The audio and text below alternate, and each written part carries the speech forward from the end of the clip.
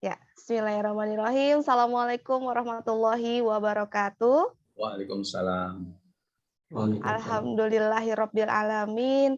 Atas kasih sayang Allah Subhanahu wa taala, kita semua diperkenankan olehnya untuk hadir di Zoom room kita pada pagi hari ini.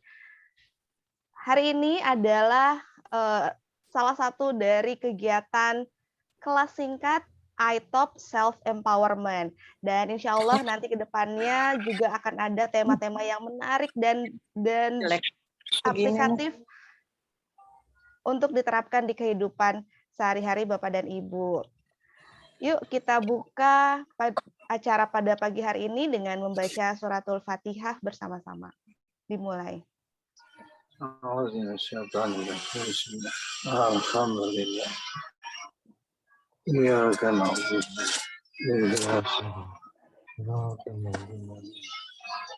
Ghairil maghdubi 'alaihim Amin ya rabbal alamin. Semoga pembacaan suratul Fatihah ini bisa membuka jalan kita semua apapun usaha atau aktivitas yang sedang dijalani oleh Bapak Ibu semua, insya Allah. Amin.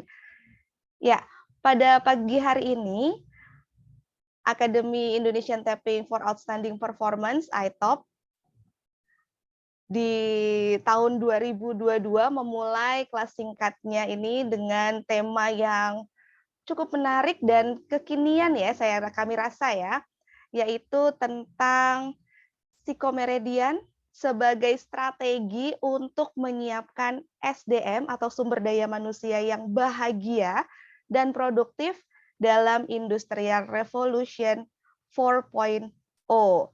Ya, dan pastinya narasumbernya atau keynote speaker-nya adalah dari salah satu konsultan psikomeridian iTop juga. Beliau adalah Pak Andi Putranto. Assalamualaikum Pak Andi.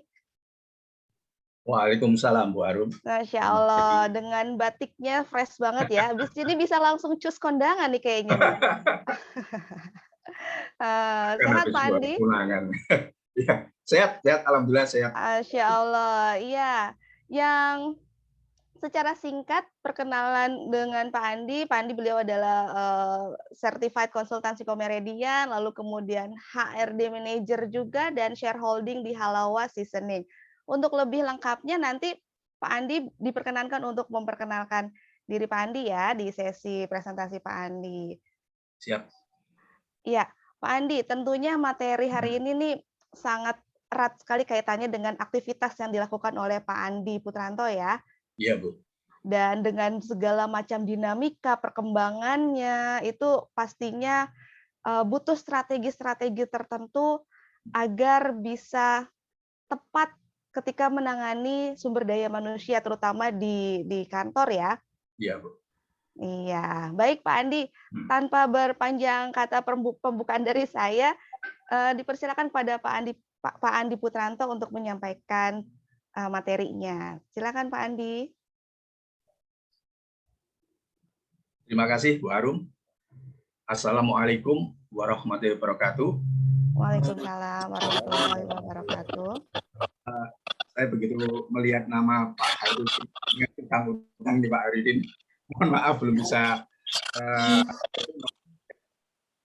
karena ada kesibukan yang di luar dugaan. Jadi karena Halawa ini kan Santar kan meninggal ya, jadi rada sedikit kemelut di situ. Alhamdulillah bisa teratasi dengan. Juga teman-teman yang lain, saya melihat nama Pak Adnan nih, senior saya nih. Kemudian ada teman-teman yang lain.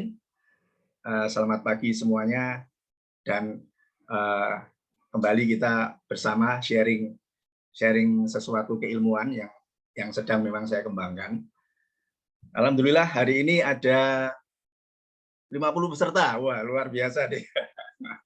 Tapi bisa apa itu yang penting adalah bisa sharing ini bisa menambah jam terbang ya, apalagi masalah psikomeridian nanti ya tentunya saya akan belajar lagi dari mentor saya nih Bu Arum.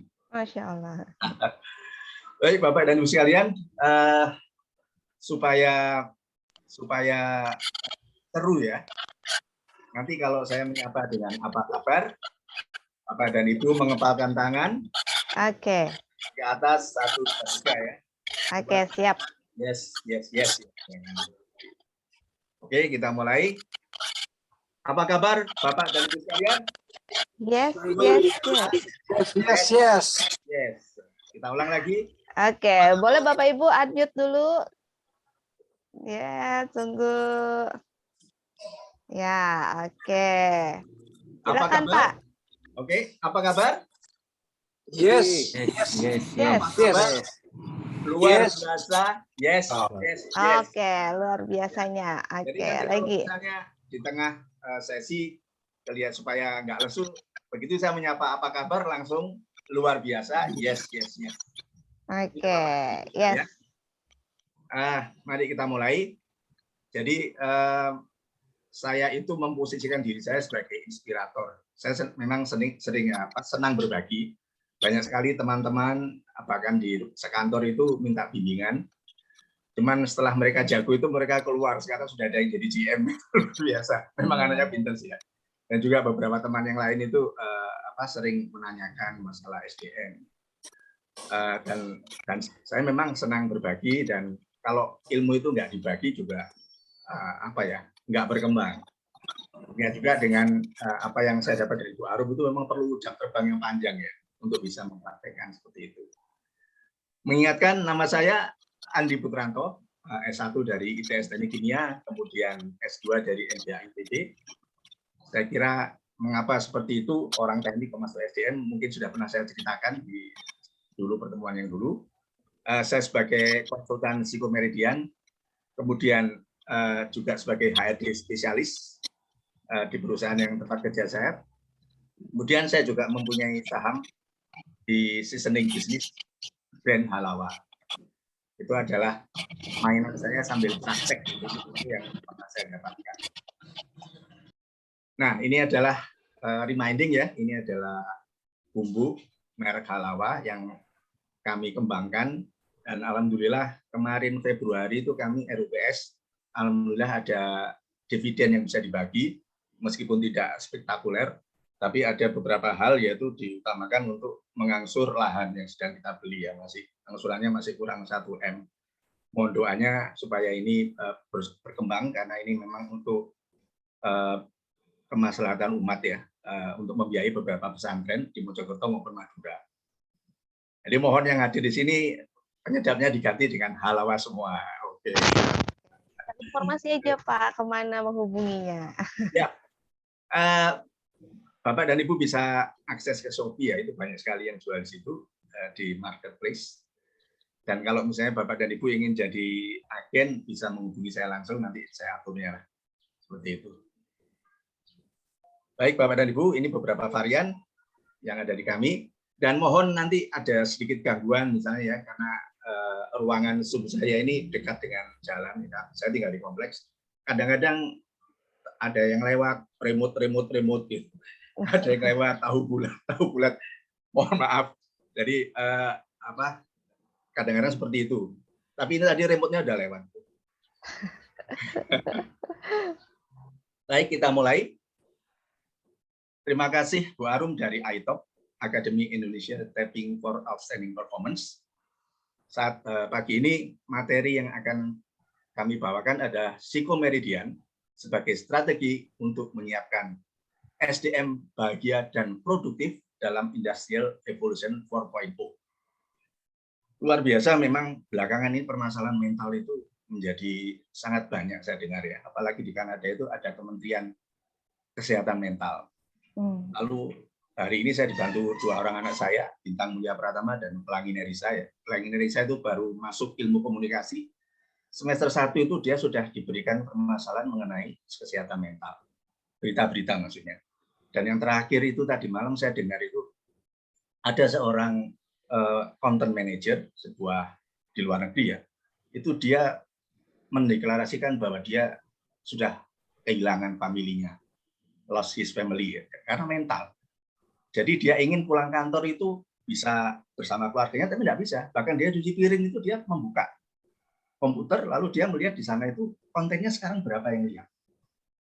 Nah, dan itu tidak bisa dihentikan karena memang tuntutan zamannya di 4.0 itu memang harus begitu, sehingga dia kembali mentalnya terganggu. Dia mendefinisikan saya kehilangan segalanya. Deklarasinya itu ya, seperti itu. Bahkan ada beberapa remaja itu yang begitu melihat fotonya di Instagram, foto pakai filter, ya dengan lebih cantik dari aslinya, dia banyak yang datang ke ahli bedah minta dibedah seperti itu wajahnya. Ya banyak sekali, dan ada ibu punya anak, lalu kamu stop deh seminggu, ditaruh di toples, nggak tahan dia. 3 hari dia ambil palu, dipecah toplesnya itu. Ya, itu di lingkungan pribadi. Nah, belum lagi di perusahaan. Di perusahaan itu sama permasalahannya, banyak sekali orang yang mentalnya terganggu, terutama di marketing yang dinamikanya sangat tinggi. Nah, di produksi itu lebih lambat menerima perubahan. Justru inilah permasalahannya. Ya, jadi menyiapkan SDM bahagia dan produktif ini bagus sekali, harus tema ya, harus bahagia. Nah, karena bahagia itu bisa produktif. Seperti itu, Bapak dan Ibu sekalian. Jadi pada pagi ini, nanti ini adalah konten daftar isi yang akan kita bahas ya. Ada 5 bagian. Bagian 1 kita diskusi masalah Industrial Revolution. Kemudian bagian 2 adalah transformasi manajemen SDM dari personalia ke human capital. Dan 3, SDM sebagai aset perusahaan. Dan 4, bagaimana manusia sebagai individu siap menghadapi transformasi 4.0. Nanti di sini kita akan bahas sedikit 2 kasus di sebuah perusahaan, dan yang nanti terakhir akan dibawakan oleh Ibu Arum, peran psikomeridian sebagai solusi sehat mental pada Industrial Transformation 4.0. Itu Bapak dan Ibu sekalian. Jadi nanti insya Allah kalau ada Bapak dan Ibu yang masih bekerja di perusahaan, bisa mengantisipasi bagaimana men-setup suatu unit wellness ini di dalam suatu perusahaan ya, penting sekali. Nanti kita coba ulas beberapa studi kasus. Nah, kita setback ya, kira-kira di tahun 1784. Dimulainya industri 1.0. Itu kalau kita lihat orang kalau nanam padi itu gerakannya mundur. Nanam di depan, kemudian dia mundur. Jadi semua gerakannya itu pakai tangan dan kaki. Otot-otot gerakannya itu kelihatan. Nah, jadi kegiatan mencari uang itu seperti itu, dengan effort yang sangat tinggi, lalu dengan gerakan-gerakan yang bisa dipahami. Kemudian tahun 1776, sebelum 1784 ya, itu ditemukan mesin uap oleh James Watt. Nah, disitulah masuk kita ke industri 1.0. Orang mulai berpikir ini harus lebih efisien. Jadi kalau dulu orang-orang itu membajak sawah menggunakan kerbau, maka mulailah mereka menggunakan traktor meskipun dari mesin uap. Dan itu menjalar ke transportasi. Ada kereta uap, ada mobil uap, semuanya serba pakai mesin yang digerakkan oleh uap. Manusia tidak puas dengan hal itu, maka mereka mencari jalan keluar supaya lebih cepat dan efisien. Karena apa? Karena hasil bumi ini bertambah terus, kentang berlimpah ya. Tapi kalau dengan mesin uap kurang terkerjakan dengan baik. Maka masuklah pada saat itu Industrial 2.0. Ditemukannya listrik atau electrical technology ya. Kemudian ada ilmu teknik industri di mana ada assembly line atau lini produksi. Ya, misalnya kentang ya, kentang itu yang berlimpah itu mulai diatur. Bagaimana ngirisnya, siapa yang bagian ngiris, siapa yang bagian nyuci, siapa yang bagian ngepak ya. Kemudian ada mass production. Mass production, pesawat, mobil waktu itu ada satu merek namanya Ford, modelnya sama, hitam dan T. Modelnya itu T ya. Jadi ini di sini pada zaman ini ditengarai dengan ciri mass production, assembly line, dan electricity. Nah, kemudian berkembang lagi setelah ditemukannya listrik, masuklah kita ke industri 3.0. 3.0 ini ditemukannya teknologi robot ya, otomasi. Jadi kalau zaman saya dulu ya, waktu saya masih sekolah itu di jalan tol itu kan yang kalau pagi yang jaga kan wanita-wanita cantik-cantik ya. Dulu ada iklannya Elma Theana itu. Sonsinya mana? Ya. Mungkin kalau bapak-bapak yang masih muda belum lahir waktu itu ya. Tapi itu yang terkenal dulu. Sekarang sudah tidak ada, Bu.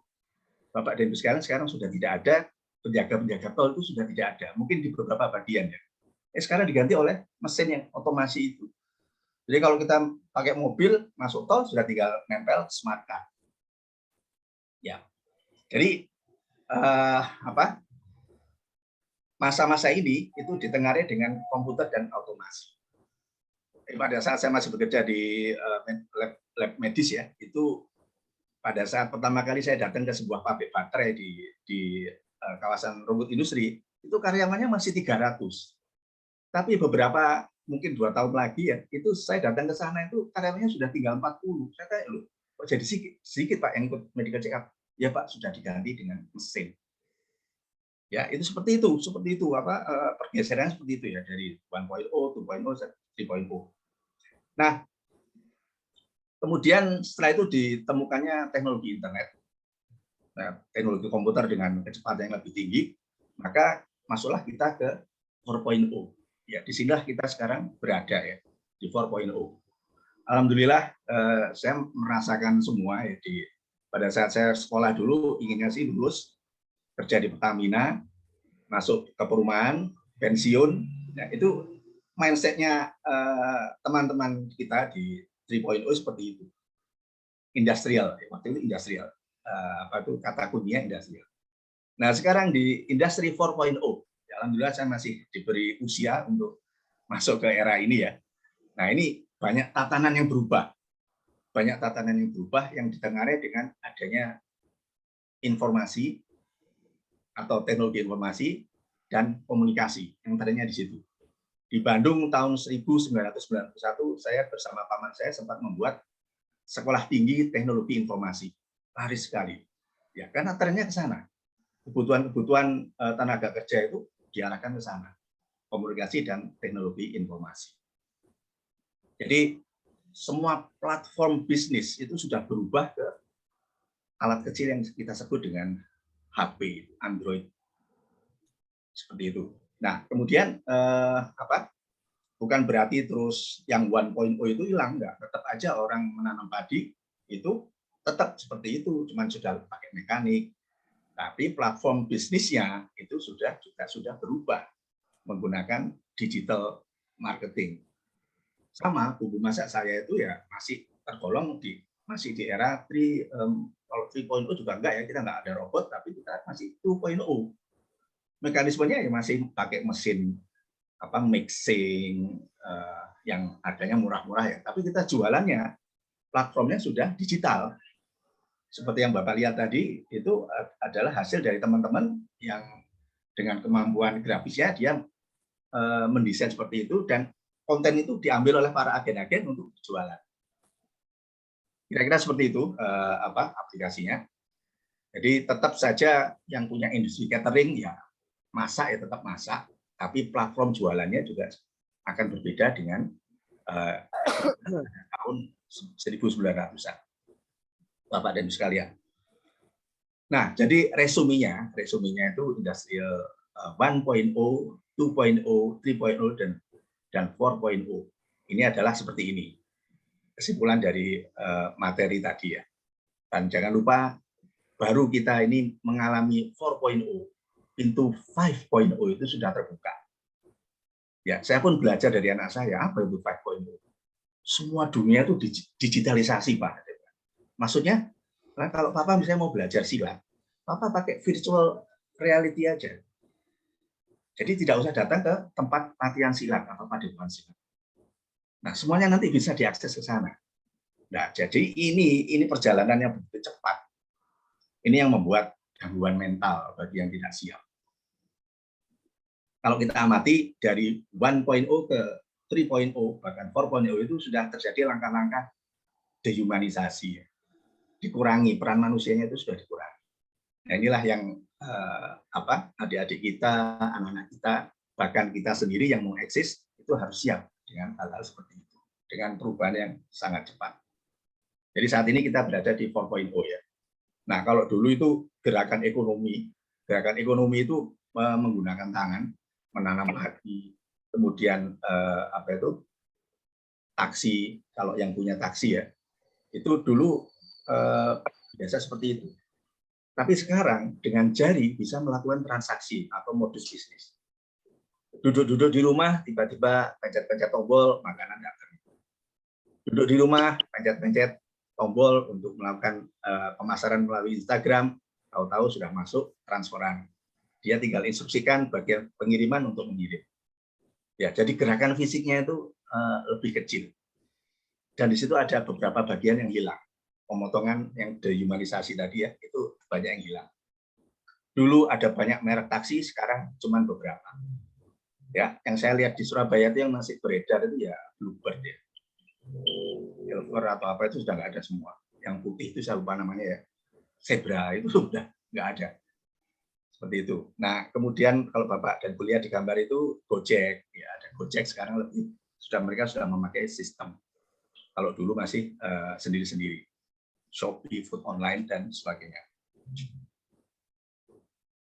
Nah, ini adalah juga gambaran bagaimana waktu teknologi informasi atau 4.0 ini bisa merubah tataran. Orang menjadi miliarder juga lebih cepat. Nah, Bapak dan Ibu pernah dengar Warren Buffett ya? Warren Buffett itu investor saham yang senior, yang sudah sepuh ya. Nah, dia memerlukan waktu tempuh itu 26 tahun. Mulai dari 30 sampai 56 tahun. Dia baru jadi miliarder. Michael Bloomberg, pemilik TV Bloomberg ya dari Jerman, itu memerlukan waktu 21 tahun. Jack Ma memerlukan waktu 10 tahun. Jeff Bezos dan Mark Zuckerberg, ini yang spektakuler, hanya memerlukan waktu 2 tahun. Dan 1 tahun. Nah, ini adalah di Tengare adanya 4.0. Ini merubah tatanan sedemikian rupa. Ya, Bapak dan Ibu sekalian, kita lanjut.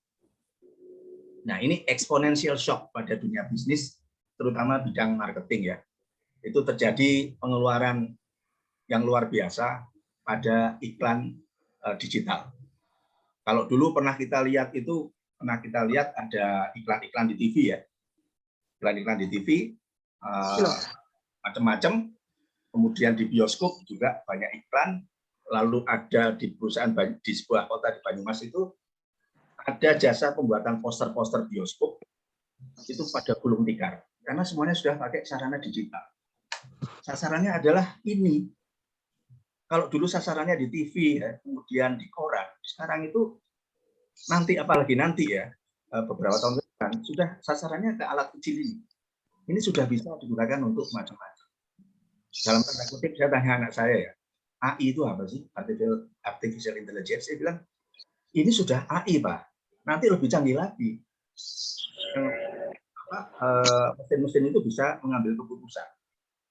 Nah, ini adalah bentuk yang paling sederhana dari AI sebetulnya, Artificial Intelligence.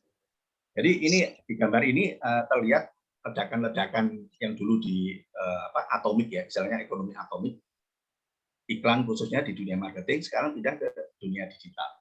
Atau lebih dikenal dengan ekonomi digital. Nah, ini adalah data aktivitas selama karantina. 68% sampai 70% itu rata-rata melihat YouTube selama karantina. Nah, dan ini diikuti dengan kegiatan-kegiatan lainnya. Ya, yang membaca buku itu cuma 42%. Dan yang bermain dengan anak-anak 33%. Reading e-books 24%. Online sharing session 23%. Jadi yang paling besar itu melihat YouTube itu 68%. Makanya sekarang perusahaan YouTube itu menerima order iklan yang gila-gilaan. Bahkan perusahaan dengan teknologi tinggi pun sekarang juga mereka bermain di YouTube juga. Seperti AGV ya, Agile Agitated Guided Vehicle itu mereka pasang juga di YouTube, bukan hanya makanan atau buku. Oke, kita lanjut. Nah, jadi kita belum habis, baru masuk beberapa saat di 4.0. Nanti kita akan pintu gerbang 5.0 sudah mulai terbuka. Seperti ini kira-kira ya. Jadi dari perjalanan 1.0 ke 4.0 itu intinya adalah ada proses dehumanisasi. Semuanya fungsi manusia mulai dihilangkan pelan-pelan. Mulai dari 1.0 sampai 4.0 itu proses dehumanisasi ini berjalan terus. Nah, inilah yang kalau kita tidak siap itu akan timbul mental problem, increase mental illness. Ya, saya ulang, di Kanada pun ada menteri untuk menangani mental illness ini atau mental health. Seperti itu ya, kalau kita lihat di tengah itu ada society 5.0, itu dunia itu sudah digitalisasi semua. Gitu ya, pendidikan dan lain-lain. Bahkan sekarang anak-anak sekarang itu pintar-pintar. Jadi dia belajar itu sudah punya akses yang banyak. Anak-anak saya lihat itu juga pengetahuannya itu sudah melewati bapaknya. Cepat sekali, dia baru semester 1 itu sudah mengerti masalah ini segala macam. Kemudian anak saya yang sedang skripsi itu dia cepat sekali menyesuaikan karena memang tuntutannya seperti itu. Gitu. Bapak Ibu sekalian, kita lanjutkan. Nah, sekarang kita masuk ke bagian 2. Bagaimana di perusahaan, di Departemen MSDM. Nah, ini yang saya amati ya. Ada beberapa perusahaan tradisional itu masih kekeh di personalia. Jadi dia tidak seberapa peduli dengan apa yang disebut dengan apalagi HRD, resource development. Jadi tetap kegiatannya itu masih dalam pencatatan, database karyawan, ini umur berapa, terima THR, jadi masih belum dianggap sebagai kapital. SDM itu belum dianggap sebagai kapital, tapi dianggap sebagai faktor produksi. Ya nanti kalau sudah pensiun dan bisa kerja ya sudah. Kalau keahliannya sudah tidak dipakai ya sudah keluar aja. Itu. Nah ini dengan perubahan zaman yang cepat ini, sebaiknya Departemen SDM juga mulai bertransformasi ke human capital. Dari personalia, human resource development, human resource management, kemudian ke capital management. Itu Bapak dan Ibu, dari perjalanan ini saya melihat memang penting sekali membuat SDM ini bukan hanya faktor produksi, tapi dia juga sebagai kapital sebuah perusahaan.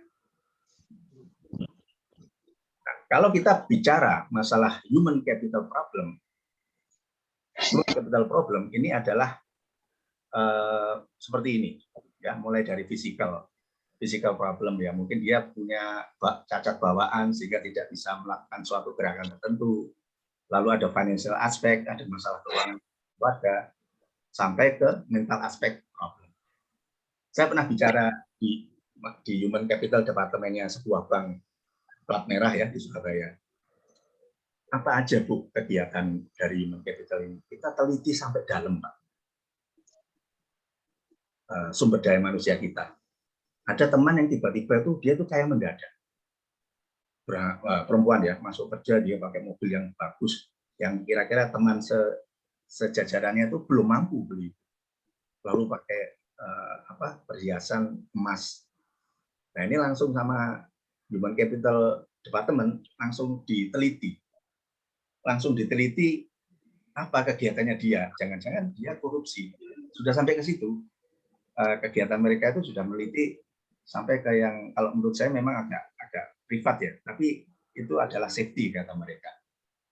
Nah, dan di mana posisinya karyawan itu nanti akan saya jelaskan di dalam suatu matriks. Nah, mental aspek problem itu apa saja sih lingkupnya ya?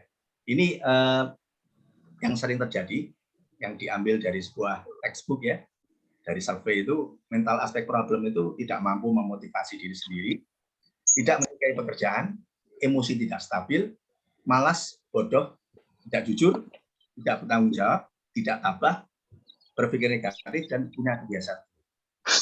Ini adalah mental aspek problem yang ditengarai, yang didapat ya dari hasil survei itu seperti itu kira-kira mental aspek problem itu. Nah, inilah yang nanti akan menjadi tugas dari Departemen SDM atau yang sudah diganti nama dengan Departemen Human Capital agar kembali lagi ujung-ujungnya itu perusahaan ingin produktif karyawannya. Kalau tidak produktif, itu yang akan menjadi masalah. Karena kita bicara sudah lebih advance ya, SDM sebagai aset perusahaan. Kalau sebelumnya SDM hanya sebagai faktor produksi, kita sekarang bicara SDM sebagai aset perusahaan. Bapak dan Ibu sekalian, apa sih bedanya aset dengan faktor produksi? Aset, ini kalau jobnya teman-teman di bagian pengelolaan SDM ya, ada Pak, itu yang namanya karyawan itu ada yang digolongkan sebagai aset, ada yang non aset. Sambil kemudian dia bilang yang non aset itu ya keset Pak. Keset itu untuk bersihin kaki kalau masuk rumah ya. Nah, itu jobnya teman-teman yang di forum HRD ya, Nah, jadi aset ya, kalau kita bicara SDM sebagai aset, saya bilang loh, semua karyawan itu kan aset. Enggak, Pak. Nah, kemudian kita diskusi, terus kemudian saya baca textbooknya, baca konsepnya, oh ya ternyata memang beda. Jadi kalau aset itu seperti tanah, bangunan. Itu bangunan itu mengalami depresiasi. Kalau tanah itu mengalami apresiasi, nilainya naik terus. Nah, kalau sudah SDM dianggap sebagai aset, maka dia harus diimprove. Mesin misalnya ya, dia harus selalu diservis, diganti suku cadangnya, sehingga nilainya selalu apresiatif. Demikian juga manusia yang ditetapkan sebagai aset perusahaan, dia juga akan naik terus nilainya, tidak terdepresiasi. Seperti itu. Jadi ini frame-nya kerangka berpikir antara SDM sebagai faktor produksi dan juga sebagai capital. Nah, kalau sebagai capital ini akan diperhatikan sekali eksistensinya. Jadi tujuan human capital management itu adalah meningkatkan kemampuan dan kemauan supaya berada di kuadran kanan atas. Ini adalah tugas human capital. Seperti itu ya. Jadi betul-betul bertransformasi dari yang sekedar faktor produksi menjadi capital. Yang lebih advance lagi sudah mengarah ke business partner. Itu saya belum sampai ke sana terus terang.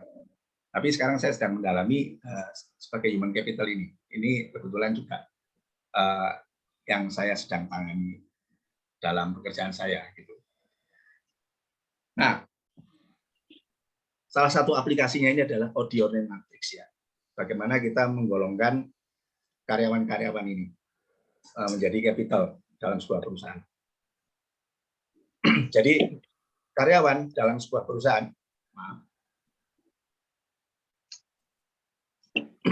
bisa digolongkan dalam 4 kuadran, yaitu start, kemudian workhorses, deadwood, dan problem employees. Ya, nanti ada studi kasusnya ya. Karyawan yang start ini adalah karyawan-karyawan yang memang diharapkan menjadi unggulan atau tumpuan perusahaan untuk maju. Katakan dalam perusahaan itu, misalnya karyawan itu keluar, perusahaan akan sedikit chaos. Karena ketergantungan sama dia itu tinggi. Makanya tenaga kerja ini diharapkan dilakukan suatu treatment ya.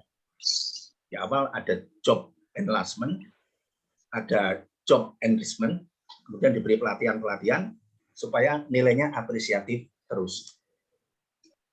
Nah, sehingga dia digolongkan dalam posisi start. Lalu ada tipe karyawan, ada kelompok karyawan digolongkan sebagai workhorses. Ini cirinya dia adalah pekerja keras. Pekerja keras tapi tidak pull the string. Artinya kalau dia keluar itu nggak apa-apa perusahaan itu, nggak akan chaos. Ya mohon maaf, bukan diskriminasi ya. Jadi ini misalnya ini ada seorang sekretaris senior yang dia sangat piawai mengetik, filing dan lain-lain. Tapi dia tidak pull the string. Kalau ada apa-apa dia harus mundur, perusahaan sih tenang-tenang aja gitu. Cari gantinya gampang. Mohon maaf juga driver ya dengan dedikasi yang tinggi, dia nyetir mobil itu bagus, tidak pernah kecelakaan, mobilnya terawat dengan baik, ini masuk di sini workhorses ini. workhorses ya, pekerja keras, tapi kembali lagi tidak full seperti. Kemudian ada yang problem employees. Problem employees ini dalam tanda kutip troublemaker. Potensinya sebenarnya tinggi, tapi ya itu dia tidak bisa memanfaatkan potensinya itu untuk berusaha berantem, protes, atau hanya suka cemas, stres, sehingga menimbulkan gangguan mental untuk diri sendirinya. Lalu yang kuadran berikutnya adalah deadwood ya. Deadwood ini sudah tidak ada harapan. Sudah tidak ada harapan sehingga ya nantinya mungkin golden shake hand ya, salaman terus dikeluarkan diganti orang lain. Ini seperti yang misalnya karyawan ini sudah sepuh sekali, pendidikannya rendah sehingga sudah tidak bisa diapa-apakan, yaitu digolongkan dalam deadwood. Ini saya ambil dari Audionematic ya, jadi bukan buatan saya sendiri. Memang istilahnya sih agak mengerikan juga, tapi ya itulah ya ilmu ya. Ada deadwood itu, aduh kok ngenes sekali.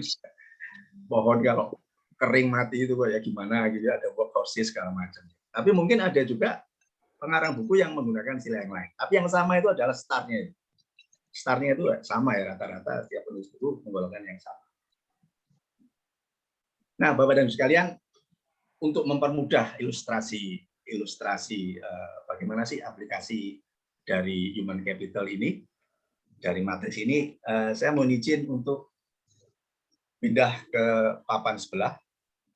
Saya sedikit jelaskan mengenai aplikasi ini ya. Kita sebut studi kasus di sebuah perusahaan ya di Jawa Timur.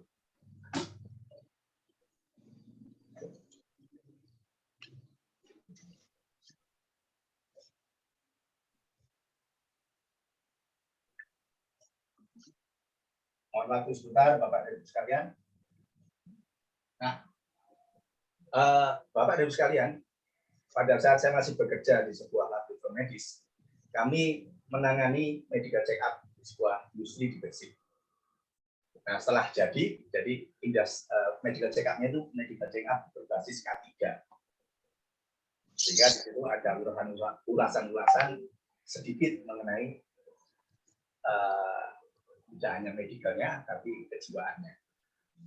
Setelah kami sampaikan kepada direksi hasilnya itu, lalu mereka bertanya kepada kami. Saya bukan dokter ya, tapi waktu itu saya marketing manajernya sebuah lab. Dia nanya ke saya, Pak, kami itu punya karyawan, hasil medical check-up-nya itu bagus. Tapi kalau di catatan SDM, itu mereka itu troublemaker, sering tidak masuk, sering berantem, provokasi ke departemen-departemen lain. Kemudian ada juga di departemen lain itu yang kasusnya banyak yang mulai ada gangguan ginjal, ada yang mulai terganggu dengan gerakan-gerakan tertentu. Nah, kami diminta lagi untuk menangani.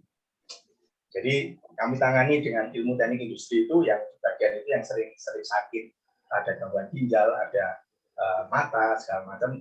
Lalu kita amati dengan time and motion study ya, dengan ilmu TI, kami video gerakannya apa saja sih yang di sana itu.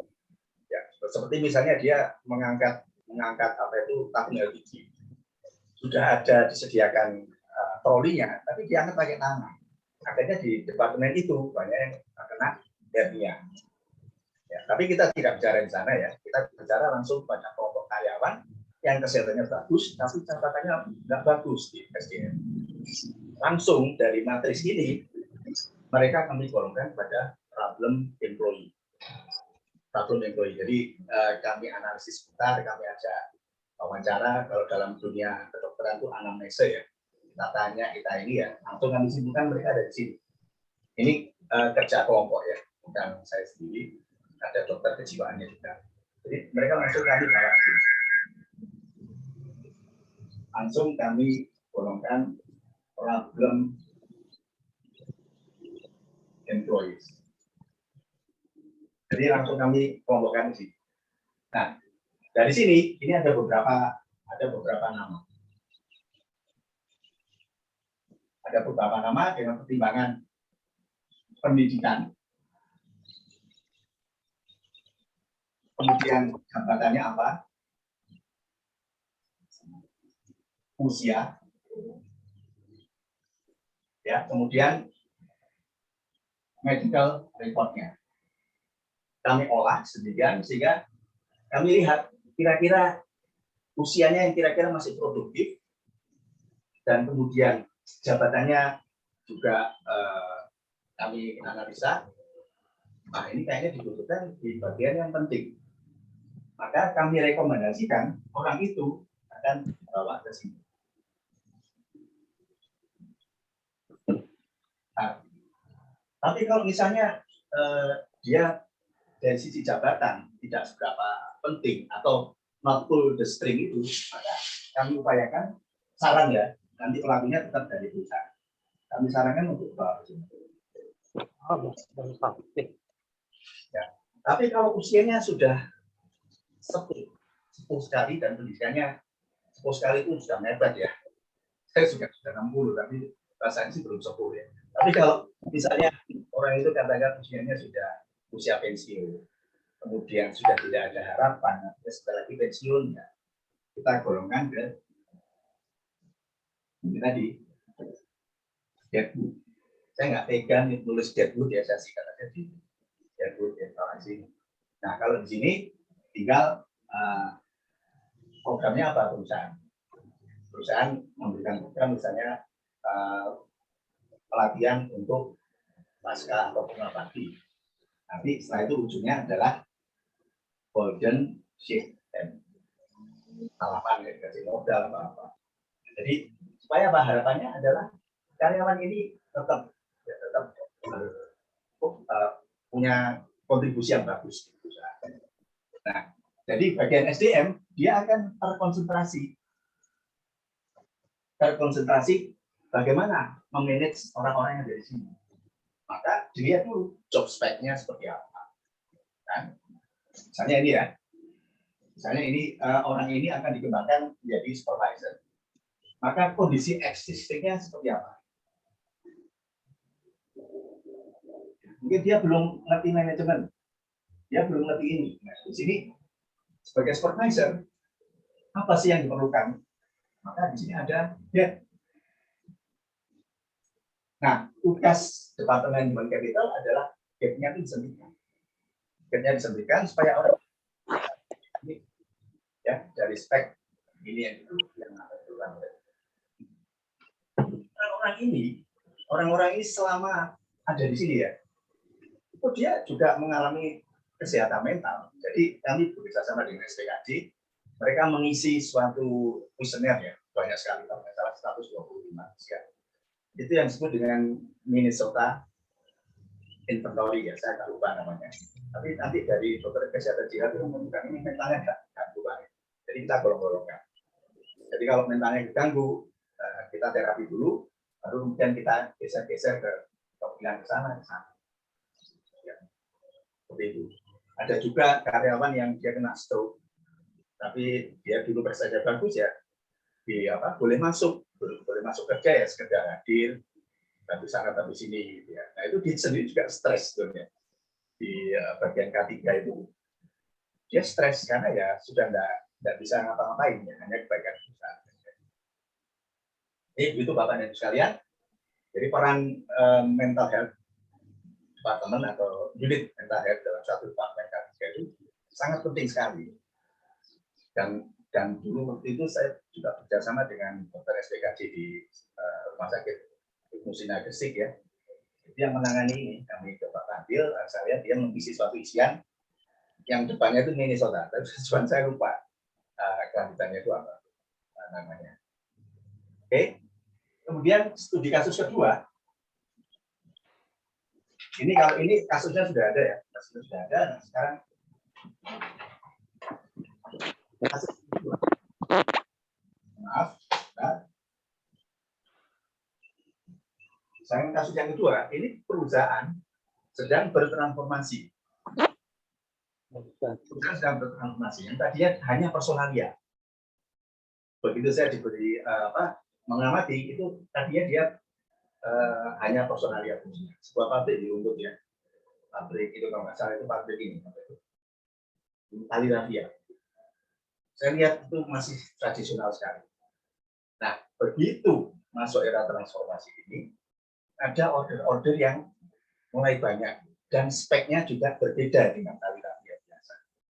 Sehingga ada tuntutan dia harus melakukan suatu aktivitas di human capital-nya. Dia harus bertransformasi dari SDM personalia ke human capital. Loncat. HRD-nya dilewati, sudah ada development yang langsung loncat ke capital. Nah, kemudian saya bantu bagaimana mengawalinya. Mengawalinya sama ya, data. Saya lihat datanya, data karyawannya seperti apa. Ada yang pendidikannya SD, SMP, SMK, ada yang sarjana. Kemudian ada yang usianya sudah sepuh. Ini agak susah dikasih tahu. Katakan itu bandel lah. Nah, orang-orang ini kemudian kita kelompok-kelompokkan sehingga terbentuk ya. Terbentuk datanya di sini kembali lagi. Ada yang seperti ini, langsung masuk di sini. Di mana usianya sudah sepuh, susah diatur, pendidikannya rendah, langsung masuk ke Depbu. Ada juga yang di sini, usianya masih produktif, pendidikannya tanggung, tapi sering membuat masalah. Karena dia masuk dengan jalur koneksi di daerahnya. Di daerahnya itu kan biasanya kan di daerah itu ada tokoh-tokoh masyarakat. Nah, dia masuk melalui jalur itu. Nah, di sini ada problem employee, ya langsung masuk ke sini. Nah, tapi di situ ya di dalam pabrik rafia itu masih ada orang-orang yang diberi tanggung jawab sebagai supervisor, meskipun penamaannya tidak supervisor tapi kepala regu. Nah, ini kami identifikasi, kami masukkan di sini. Start. Nah, kemudian ada juga driver yang sangat dedicated. Kalau dia tidak ada tugas, dia membantu. Membantu apa saja yang dikatakan, itu kami masukkan ke resources. Nah, ini Bapak dan Ibu sekalian, setelah dipetakan begini, si manajer SDM itu bisa melihat. Berarti poin ini yang harus diberikan perhatian. Lalu saya bilang, bagaimana pola kerjanya? Waduh Pak, masih belum sih. Tapi yang SMK ini sama SMK-nya besar. Ada berapa Pak? Ada sekitar 10 Pak. Oke, kasih supervisory training supervisory. Seperti ini. Nggak punya materinya Pak, saya kasih training apa materi supervisory karena dia teman saya. Nah, sehingga fokusnya si kepala regu ini diberi pengetahuan knowledge mengenai supervisor.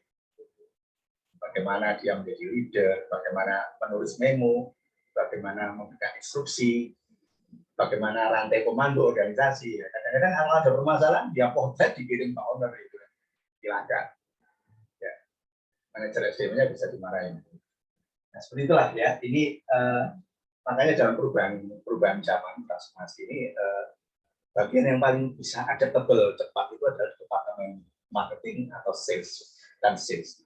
Karena mereka memang dinamikanya tinggi. Sedangkan di produksi ini memang paling lambat. Tapi harus berubah. Kalau enggak ya perusahaan sendiri akan rugi. Itulah Bapak dan Ibu sekalian gambaran dari aplikasi studi kasus matrix human capital. Ya, saya kembali. Ya, menarik sekali Pak Andi. Bapak Ibu, coba dari tadi pagi sampai dengan saat ini, siapa yang merasa bahwa materi yang disampaikan oleh Pak Andi ini bermanfaat? Apa kabar? Atau ada luar biasa. Yes. Luar biasa. Yes. Luar biasa Pak Andi. Yes. Ya. Sebentar Pak Andi, saya mau ngecek dulu nih, tune in, pesertanya masih tune in nggak ya? Silakan ketikkan kalau ada hal yang bermanfaat, merasa bermanfaat, ataupun merasa ada hal baru, atau mungkin mereminder Bapak Ibu semua. Silakan ketik kalau merasa bermanfaat, ketikkan bermanfaat, kalau menemukan hal baru, ketikkan hal baru, lalu kalau ada hal yang menjadikan reminder, ketika reminder. Ya, terima kasih Pak Adnan, sangat bermanfaat, Masya Allah. Hal baru, kuadran personalia, baik. Silahkan ketikkan, sama-sama. Terima kasih kembali Pak Zaini. Oke, Ada beberapa slide Bu untuk presentasinya. iya. Silakan Pak, ya Pak Wahyu, alhamdulillah bermanfaat. Ya, silakan Pak Andi untuk diteruskan kembali presentasinya. Bermanfaat, Masya Allah.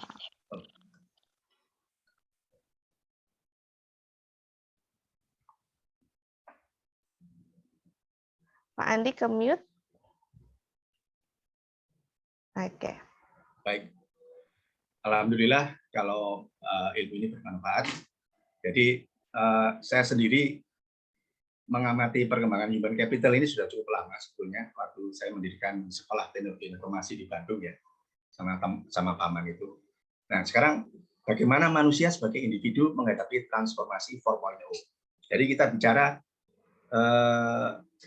sebelum metode psikomeridian, karena psikomeridian ini adalah suatu metode yang bisa dilakukan setiap saat. Nah, tapi di sini ada hal baru. Ada hal baru yang perlu mungkin saya sampaikan, tapi sebetulnya juga tidak baru-baru sekali.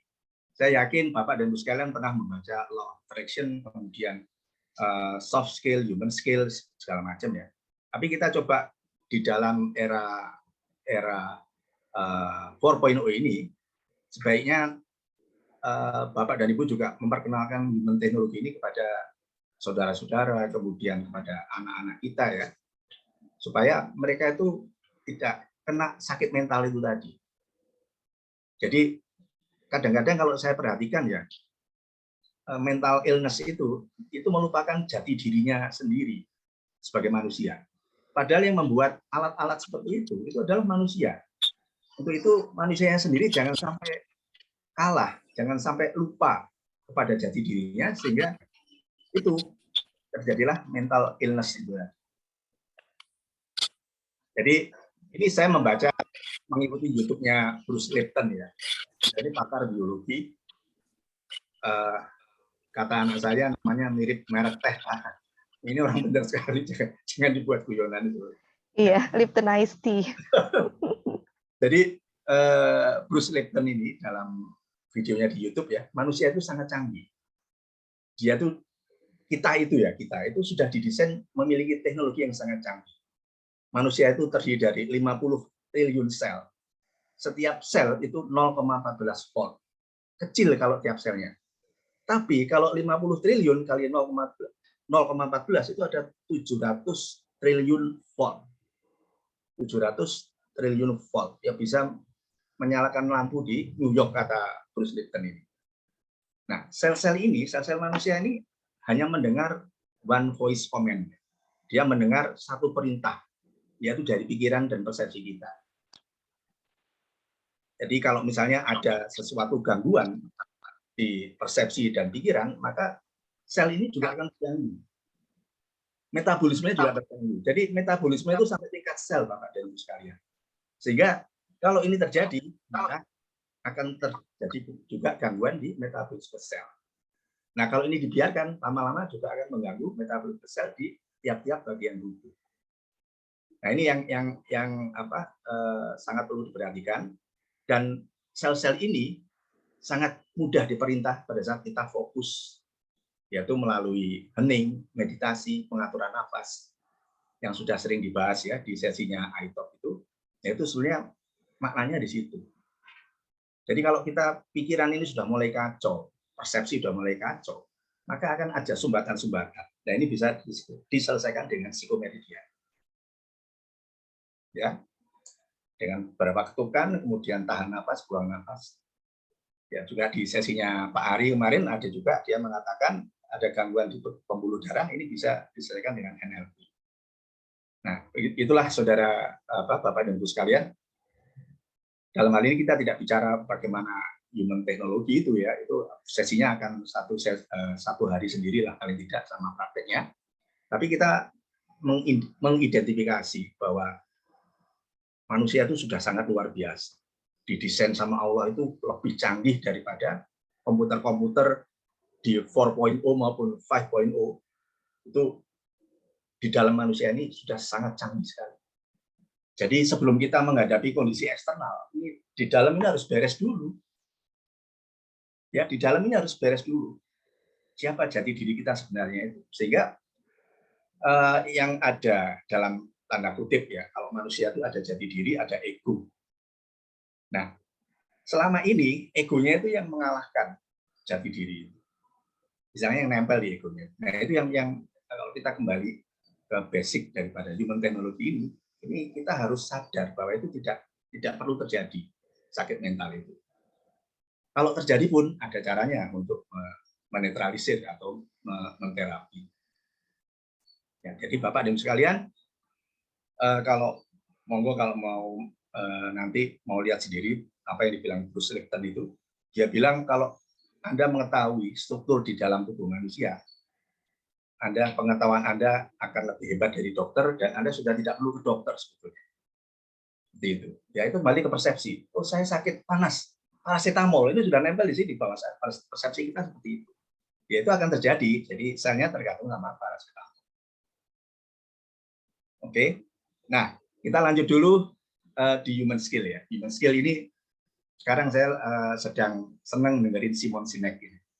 Ini orangnya masih muda, ilmunya juga menerobos juga ya. Jadi menurut dia human skill itu dibagi dua kan dulu, ada soft skill, ada hard skill. Tapi sama dia dibilang human skill itu cuma satu, yang prinsipnya adalah how to good to be human being. Terdiri dari listening, empati, passion, kesabaran ya, kemudian bagaimana getting difficult conversation, menghandle difficult conversation ya. Mestinya Anda ketemu sama bos dimarahi ya, Anda tetap harus punya strategi untuk handling difficult conversation. Apalagi di office politik ya, itu Anda harus punya kemampuan itu. Kemudian how to effective confrontation. Anda di kantor ada office politik di mana Anda punya konfrontasi. Itu ada tekniknya sendiri. Bagaimana Anda bisa mengelola diri supaya itu tidak mengganggu kinerja perusahaan. Harus bisa membedakan ya mana masalah yang antar manusia atau pribadi pada saat di kantor ya harus bagus, itu harus ada ya. Ini dilatih dalam yang namanya human skill. Jadi human teknologi dulu dipahami ada sesuatu yang hebat di dalam diri kita ya. Saya mengikuti kelas human teknologi ini di komunitasnya Allianz ya, asuransi, itu bagus sekali pembinaannya. Dan saya baca Simon Sinek ini, dia bilang tujuan kita ini bagaimana kita menjadi leader yang lebih baik. Leader yang lebih baik. Ya. Jadi dia bilang ya, sekarang apa pernah diukur di dalam organisasi atau kita mengukur sendiri antara performance dan trust. Orang didefinisikan toxic person itu kalau performance-nya tinggi tapi trust-nya rendah. Yang namanya teamwork ini kan trust. Tetapi ada lagi orang yang performanya rendah, trust-nya kecil. Nah inilah orang-orang yang memang toxic person. Nah ini yang sangat mengganggu kinerja perusahaan. Dan itu harus dimasukkan ke problem employee tadi ya, di kuadran kanan bawah. Seperti itu. Nah, bagaimana sih ngetesnya? Ya memang harus ada metering ya. Harus ada metering antara performance sama trust untuk melihat toxic people. Tapi kalau misalnya kita lihat, setiap orang menunjukkan orang yang sama, he is the TM troublemaker, ya sudah itu kira-kira toxic person-nya seperti itu. Tapi kalau sudah toxic semua, ya orang yang tidak toxic ini jadi toxic. Dari Ibu sekalian. Ya ini susahnya manajemen manusia itu seperti itu. Ya jadi ada hal-hal yang perlu kita persiapkan, terutama untuk anak-anak kita ya, anak-anak milenial ini beda. Kemarin ada karyawan kami yang keluar yang di bagian marketing itu masih muda sekali, umurnya masih belum 26. Saya tanya kepada dia, waktu kamu masuk itu kamu sadar nggak ngelamar?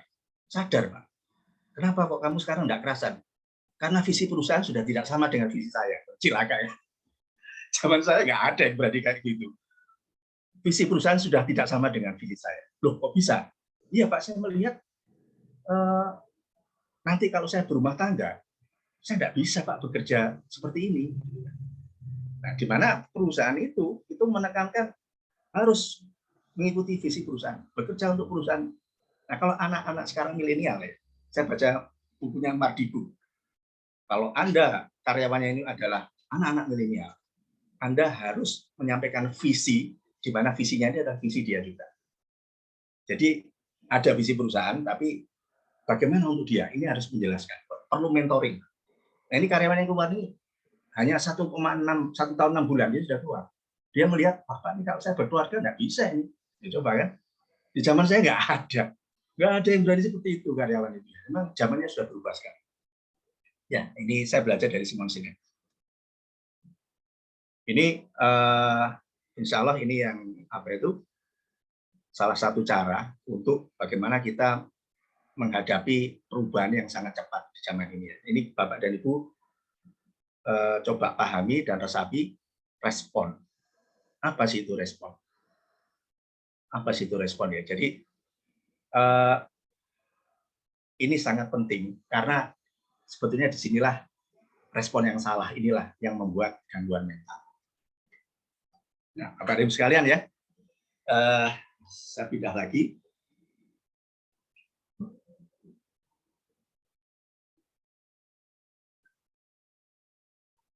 Kemudian,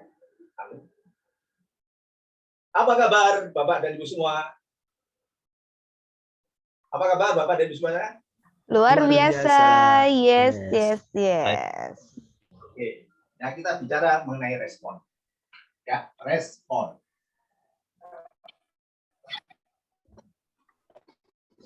Saya kasih contoh yang paling sederhana.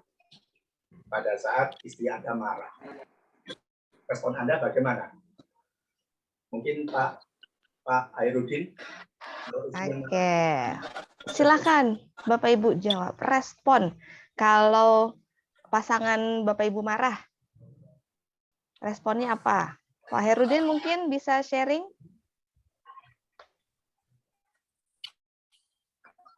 Saya biarin aja. Ya Pak. Enggak respon, saya biarkan aja. Oh, responnya membiarkan saja. Kalau Baik. Pak, kira-kira gimana Pak responnya?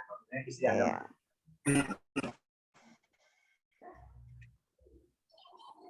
Pak siapa?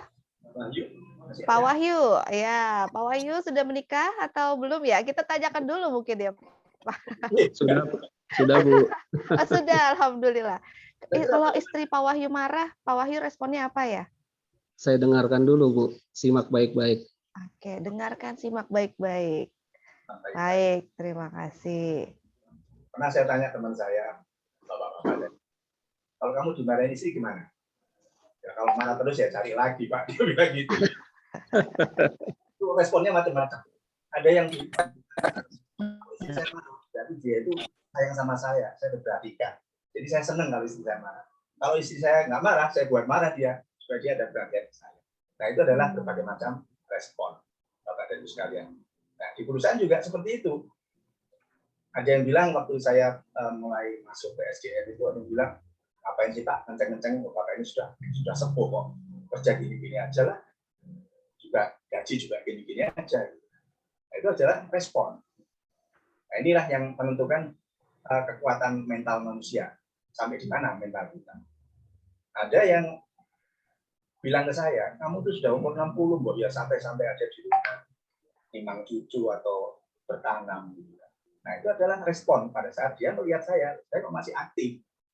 Seperti itu. Apalagi masih mau belajar ya, masih mau belajar ke Aito, masih mau belajar ke Pak Ari. Mereka heran.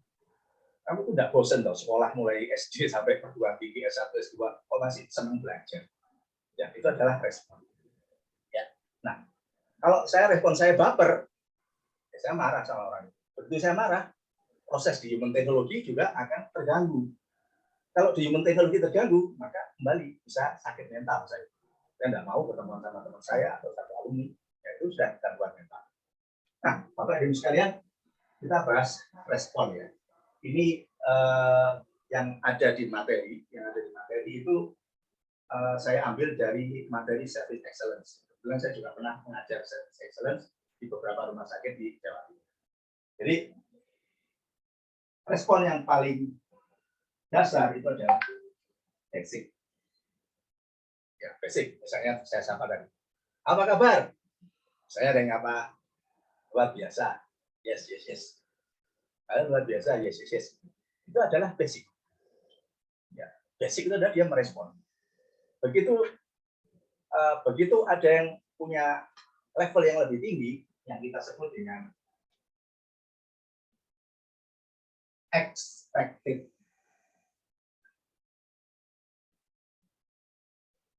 Yang kita sebut dengan expected, itu antusiasnya akan lebih tinggi. Misalnya saya beri stimulasi. Apa kabar? Luar biasa. Kemudian agak rapat. Yes, yes, yes. Nah, ini adalah respon. Expected. Lalu di level berikutnya ada yang disebut dengan level yang paling tinggi itu unbelievable ya. Ini adalah desire. Desire itu passionnya tinggi. Apa kabar?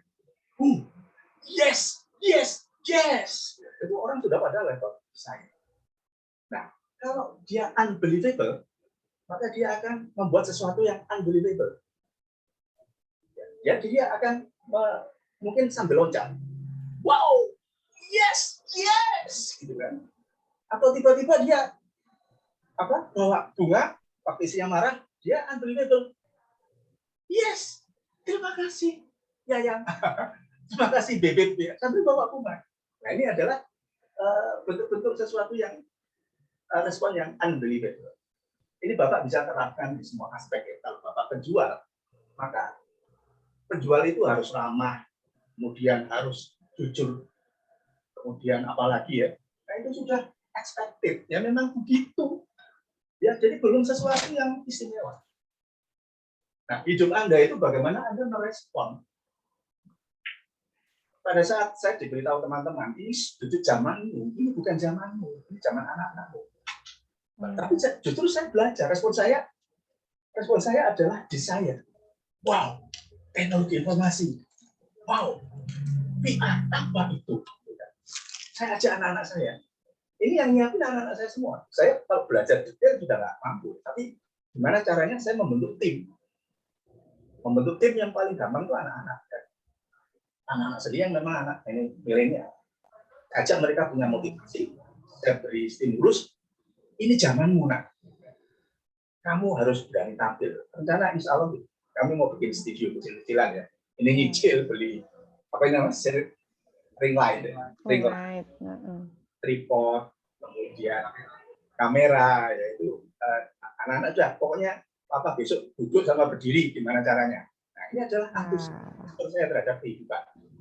Ya, saya nggak menyerah dengan 4.0, tapi banyak orang yang menyerah. Banyak di sana orang menyerah. Ada yang banyak, murid kalau saya ngatur, memang benar ada yang ngatur, tapi manusia harus ada ikhtiar. Ya. Jadi pada saat kita sudah desire, ini kita sudah melibatkan orang lain, sudah kita. Nah, kalau kita sudah responnya itu unbelievable, kita sudah tim kita lebih banyak dan sudah melibatkan Allah, melibatkan Tuhan. Gitu. Nah, jadi sekarang ini justru banyak sekali orang-orang itu baru di sini sudah merasa cukup. Expected itu ya sudah memang begitu. Aku mau jadi karyawan yang luar biasa, tapi dia standar, datang tepat waktu, pulang tepat waktu, bekerja menyelesaikan pekerjaan sesuai job desk. Ini expected. Tidak ada nilai lebihnya. Ya memang harus begitu. Ini adalah respon. Bapak Ibu sekalian ya. Nah kalau basic ini ya standar ya. Masih di formalitas gitu ya. Jadi kalau ini saya waktu mentraining service excellence ya di rumah sakit, saya bilang kalau kamu janji sama pasien jam 8, maka jam 8 kurang seperempat itu kamu sudah harus ada di ruangan itu. Kalau kamu tepat waktu, kamu masih di sini. Apalagi kamu terlambat ya dan basic, Anda sudah temui. Tapi kalau Anda unbelievable respon Anda terhadap adanya pasien itu, maka mungkin Anda kasih welcome drink dan lain-lain. bikin sesuatu yang amazing. Jadi pada saat Anda mendapat stimulasi ya, desire itu, misalnya istri Anda marah ya, langsung, Bu, luar biasa, dia masih cinta aku gitu kan, aku nggak jadi cari yang lain gitu. Nah, ini yang harus kita pahami. Respon itu adalah yang menentukan hidup kita nanti ke masa depan ya. Jadi kalau kita sadar bahwa manusia itu punya teknologi, ada skill yang harus dikembangkan, yaitu human skill, dan respon itu tadi. Ya, dengan demikian nanti kita akan survive ya dengan adanya respon itu. Nah itulah yang mungkin akan kita perjuangkan sampai kita sudah tidak di dunia itu, bagaimana respon kita terhadap kehidupan. Jangan menyerah. Di 4.0 ini tantangannya sangat besar ya, kecepatan terutama. Nah itu Bapak dan Ibu kalau mau menularkan semangat ini ke anak-anak, saya kira mereka harus sudah zamannya seperti itu. Anak-anak saya bilang sekarang itu cari uang itu tidak hanya dari gaji. Ada kesempatan yang banyak di YouTube dan lain-lain. Oke, saya kembali ke meja. Oke, luar biasa. Pak Andi, boleh kita bertanya dulu kali ya, sesi pertanyaan dulu ya, Pak? Slide terakhir, Bu. Slide terakhir. Oh, terakhir aja. Oh, sudah slide terakhir. Ini slide terakhir, nanti setelah itu Bu Arum di Psikomeridian ya, Bu. Oke, siap. Monggo. Nah, saya kira sudah selesai. Yes. Ya. Silakan Bapak dan Ibu diskusi. Jika ada pertanyaan, dipersilakan Bapak Ibu tuliskan di kolom chat. Nah, ini tadi. Insya Allah bermanfaat, alhamdulillah. Baru tahu, ada yang baru tahu. Oke. Pak Didik, hal yang baru tahu nih yang mananya nih, Pak? Silakan boleh sharing ke kita atau mungkin ada pertanyaan boleh, Pak. Silakan. Iya, makasih Bu Arum. Tadi yang tentang tabel ini yang saya merasa baru tadi, ada tabel tentang prestasi dan potensi. Nah, ini kaitannya mengolah SDM, bagaimanapun mungkin kalau kita mungkin di atas supervisor atau yang punya usaha itu kan gimana mengelola karyawan ya Bu ya. Ini mungkin dalam komunikasi, nah itu kan bisa salah persepsi atau salah tangkap, bisa menjadikan masing-masing itu itulah ada problem akhirnya itu masing-masing itu mungkin sedikit itu yang tadi, makanya wah ini ilmu baru, saya terus terang belum pernah sebelumnya, makanya. Oke, silakan Pak Andi. Baik. Nah, ini mohon maaf ya, ada jajanan lewat ini. Kalau mungkin ketangkep masuk ke suara, atau Bapak mau pesan juga nih. Ada jajanan yang lewat. Baik, tapi saya baca di chat ini ya, ada yang menanyakan mengenai BCG ya, Boston Consulting. Boleh saya jawab yang itu dulu, Bapak, Pak Didik? Ya, bisa Pak. Ya. Ada yang menanyakan ini ada di grup ya. Mengingatkan saya dengan BCG, Boston Consulting Group. Ya, ini memang agak beda. Sebentar ya, saya pindah lagi ke papan. Oke, siap Pak.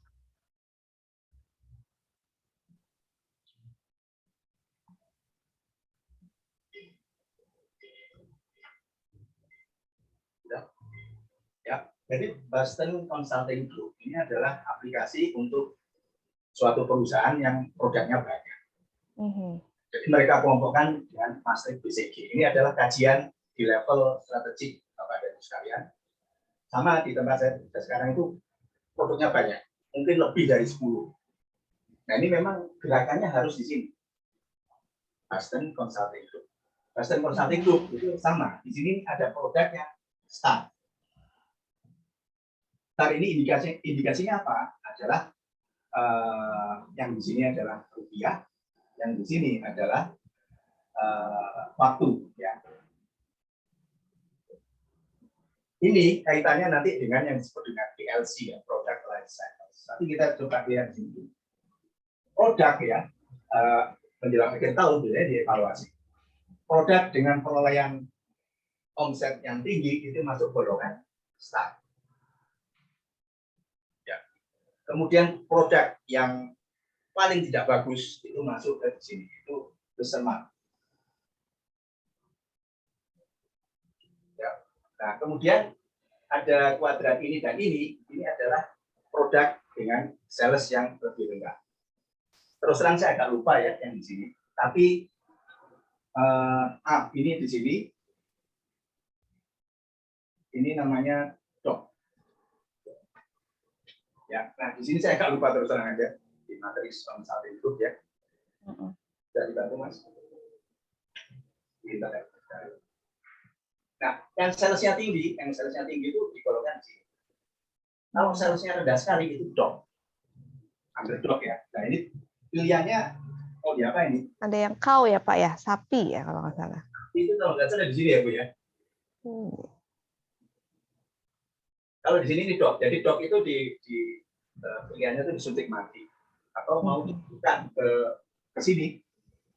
Kalau nggak salah Casco ini di sini. Oh, maaf Pak, ini Casco.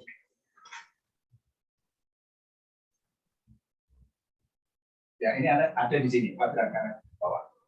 Nah, data-data ini itu apa? Kaitannya dengan yang disebut dengan PLC, Product Life Cycles. Jadi pada saat dievaluasi misalnya produk A itu di product life cycles ya, saya taruh di sini ya. Product life cycle itu sama. Di sini adalah uang, rupiah, di sini adalah waktu. Product life cycle di area Jawa Timur misalnya. Gimana produk bentuknya, depannya? Ya. Nah, kalau dia posisinya sudah begini, ada dua alternatif. Dibuat kurvanya seperti produk baru lagi, launching, mungkin ada di daerah lain, atau tetap di sini, dipertahankan posisinya. Ini yang disebut dengan cash flow. Cash flow itu artinya pasar sudah terserap maksimal, sudah memberikan return yang bermakna. Ini masuk ke cash flow. Kemudian ada produk yang 1 tahun itu cuma di sini. Makanya dievaluasi kategori dog. Ya.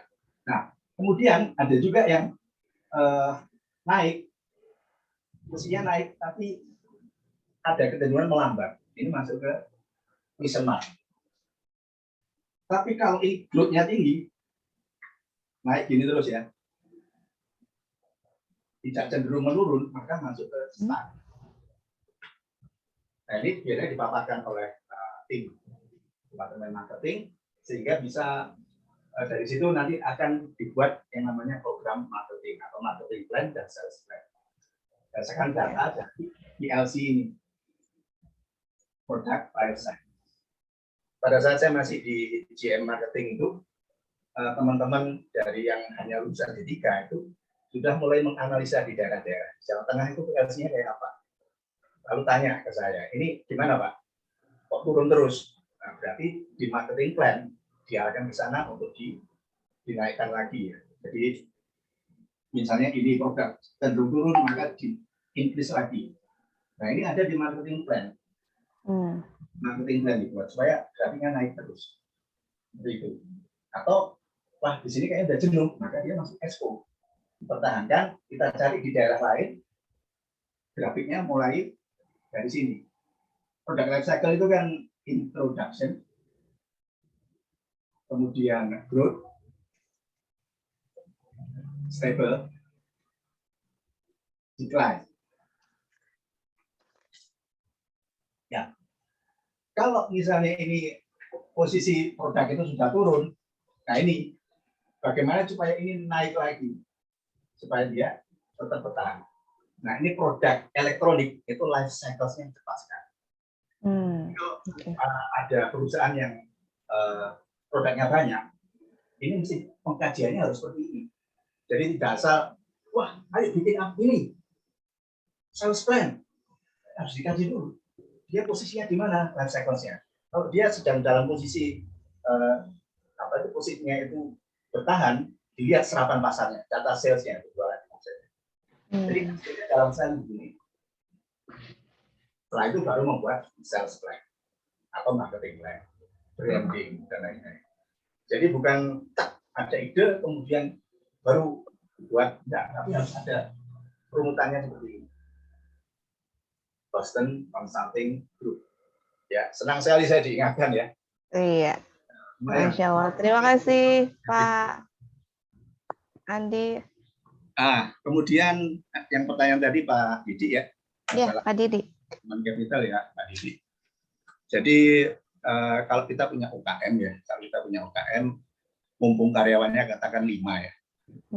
Coba Bapak identifikasi, ini anak ini tergolong karyawan yang apa? Paling enak itu data, Bapak tetap harus punya data ya. Coba dilihat data kehadirannya. Data kehadirannya itu data yang paling gampang. Jadi di kami itu ada form penilaian karyawan ya. Itu misalnya form total hari, katakan 25 hari.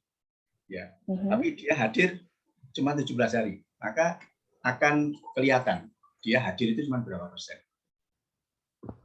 Lalu dia tidak hadir itu alasannya apa? Ada alasannya itu macam-macam. Tiba-tiba, Pak, saya keluar ke apotek dulu. Kenapa? Ini telinga saya rasanya budek, Pak. Ya, saya lihat aja, satu gitu kan. Nah, itu lagi datang lagi. Pak, badan saya greges. Gitu. Padahal anaknya itu gede badannya. Oh ya, ketiga udah saya panggil. Gitu kan. Kamu, kalau badanmu sakit-sakitan, mendingan kamu mundur aja. Gitu. Saya enggak maksa loh kamu kerja di sini. Oh iya, enggak Pak, itu kadang-kadang aja kan. Saya rajin lagi gitu. Nah, di situ sudah diidentifikasi bahwa dia kategori problem employees. Oke. Gitu. Nah, kemudian ada lagi orang yang kerjanya bagus ya. Dia kalau dimintai tolong itu pasti jalan. Tapi dia kalau ditanya misalnya, kamu punya ide apa untuk pekerjaan ini, pengembangannya bagaimana? Dia sulit menjawab. Nah, itu dia di resource ya. Jadi dia bekerja keras tapi dia tidak bisa mengembangkan. Jadi dia belum start. Jadi kalau misalnya Bapak tanya ya, misalnya Bapak punya karyawan di bidang marketing ya. Sekarang ujung tombaknya itu kan marketing sama sales ya. Ayo kita coba ya diskusi ya. Ayo kita analisa ini. Nggak tahu saya Pak. Ya, ayo kita coba, kita buka Kotler ya. Wah, saya males Pak baca buku Pak. Nah, dia kemungkinan masuk ke resource. Dia senang yang rutin-rutin.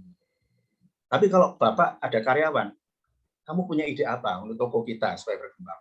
Nah, dia langsung jawab, sebentar Pak, saya pelajari dulu, nanti saya presentasi ke Bapak. Nah, itu potensi untuk start.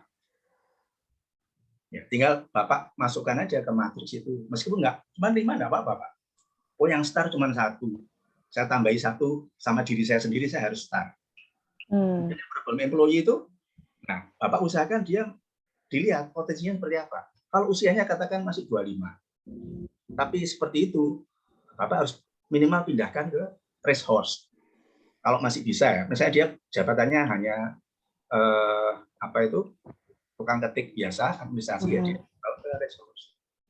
Kalau dia keluar, tidak ada masalah di bisnisnya Bapak. Tapi kalau dia itu pemikir, kemudian idenya bright ya, itu saya kira start.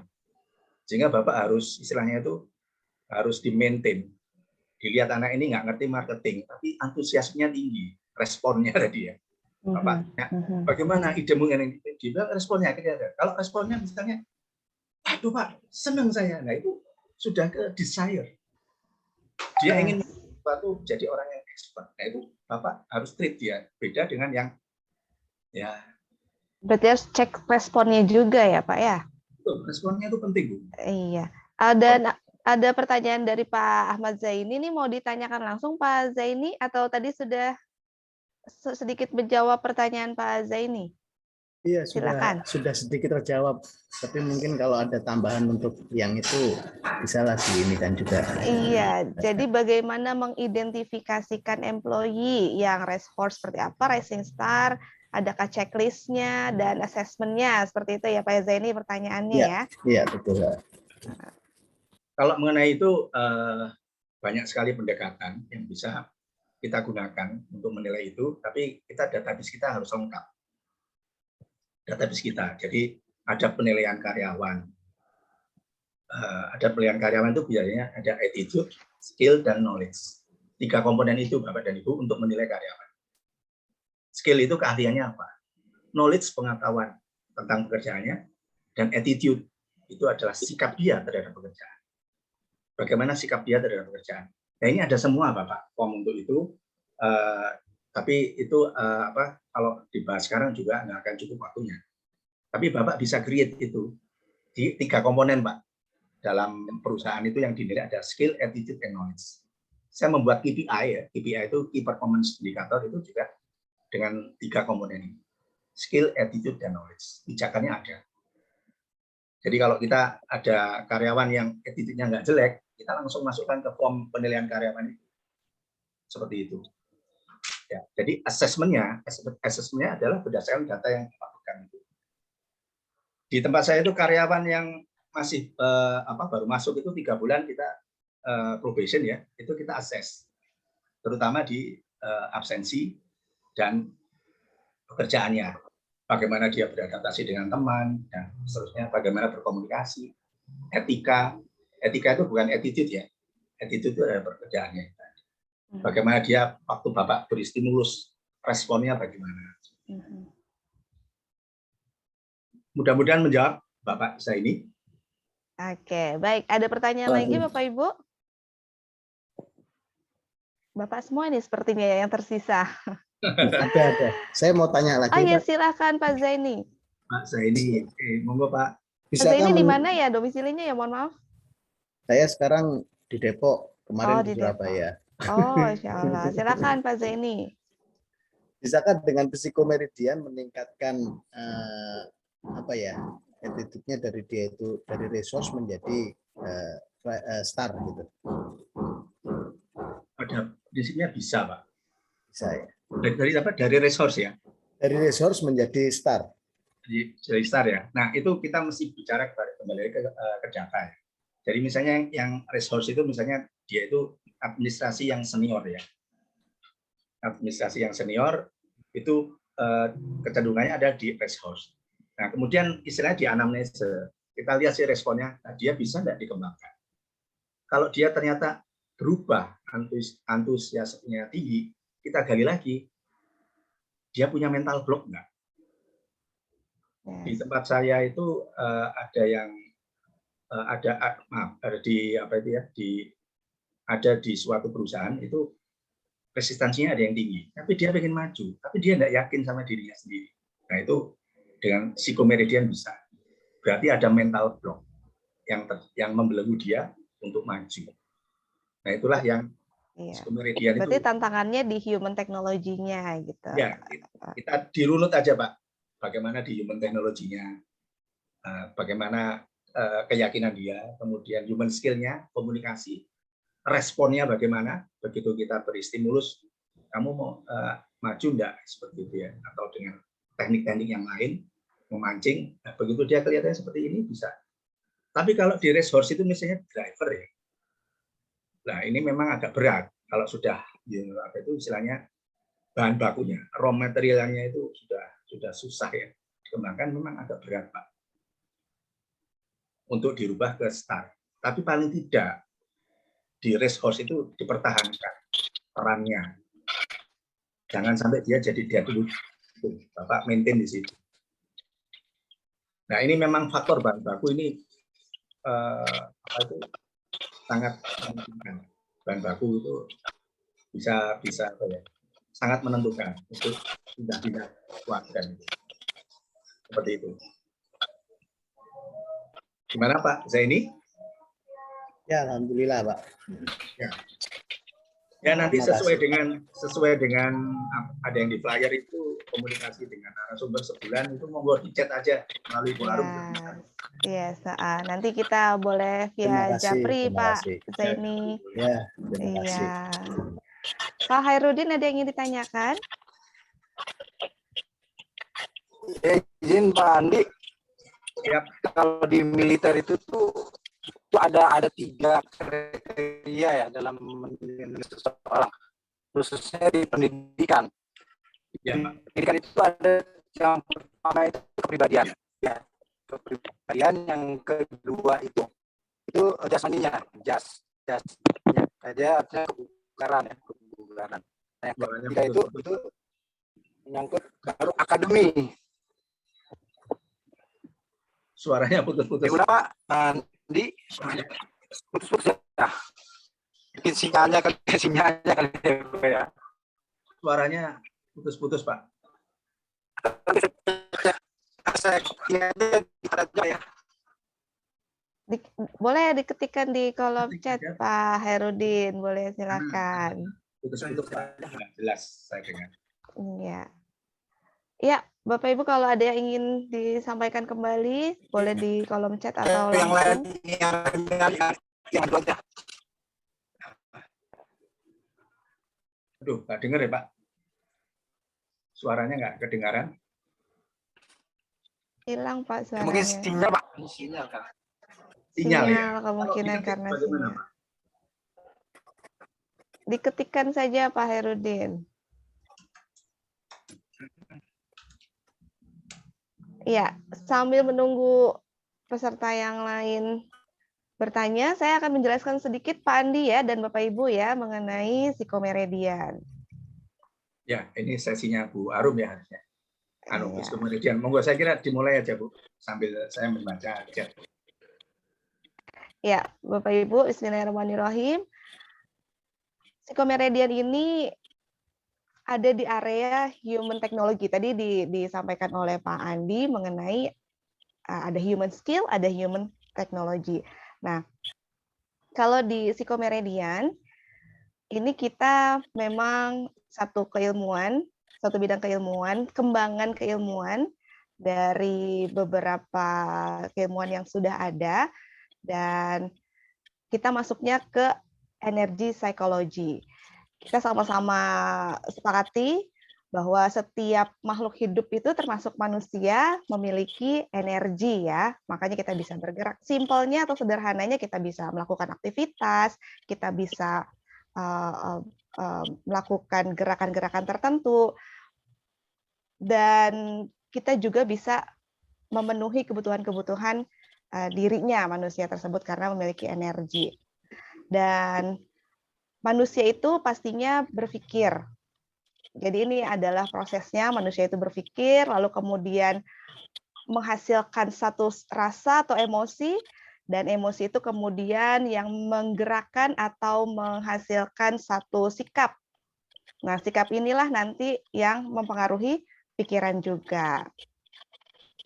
Ya, jadi tadi betul yang dikatakan oleh Pak Andi, bahwa ketika emosinya itu negatif, merasa ada mental block, itu artinya ada sumbatan di jalur energi manusia.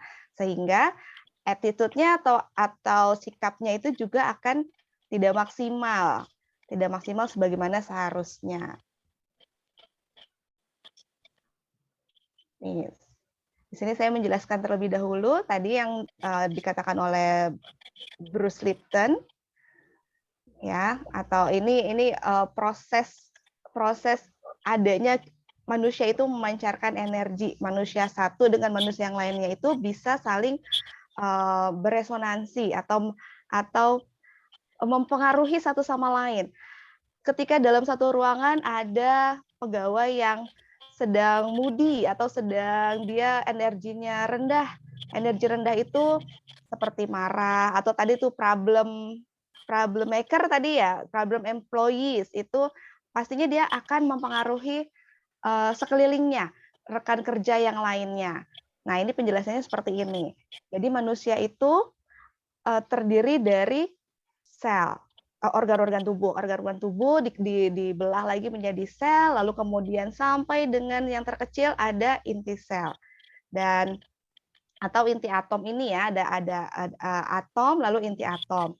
Nah, di yang terkecilnya lagi kasat mata itu ada energi. Nah, energinya ini mengeluarkan vibrasi, suatu vibrasi sehingga membentuk satu level frekuensi tertentu gitu. Frekuensinya ada yang tinggi, ada yang rendah. Dan ketika nanti satu frekuensi bertemu dengan frekuensi yang lain, maka dia beresonansi, saling mempengaruhi gitu. Itulah kenapa tadi ketika di satu ruangan atau satu divisi ada yang problem employee, itu terkadang bisa mempengaruhi pegawai atau karyawan yang lainnya juga gitu.